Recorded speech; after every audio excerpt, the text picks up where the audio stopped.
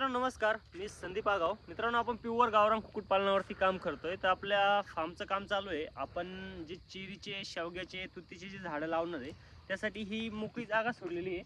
इकडे आपला फार्म आहे, जवळजवळ 100 फूट फार्म आहे, 30 बाय 100 फूट. त्याच्यानंतर इकडं जवळजवळ 50-60 फूट जागा मोकळी आहे त्याच्या पुढं टेंट लावण्यासाठी.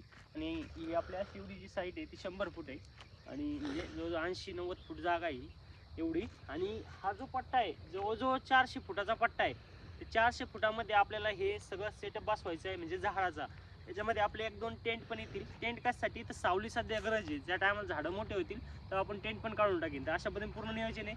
इथं झाडं किती बसतील तर जवळजवळ 200, 250, 300 झाडं पण बसू शकतो. पण ज्या पद्धतीने आपल्याला लावायचे त्या पद्धतीनं एक झाड लावल्यानंतर जेवढी जागा गुतती मोठं झाल्यानंतर त्या हिशोबाने. आता जर जास्त झाडं लावली तर पुढे जाऊन ती झाडं काढली तरी चालेल, फक्त नंतर लावता येणार नाही. म्हणून आता जास्त झाडं लावायचे. ते इथं आपले भरपूर झाडं बसणार आहे आणि इथं आपण पूर्ण सेटअप बसवतोय.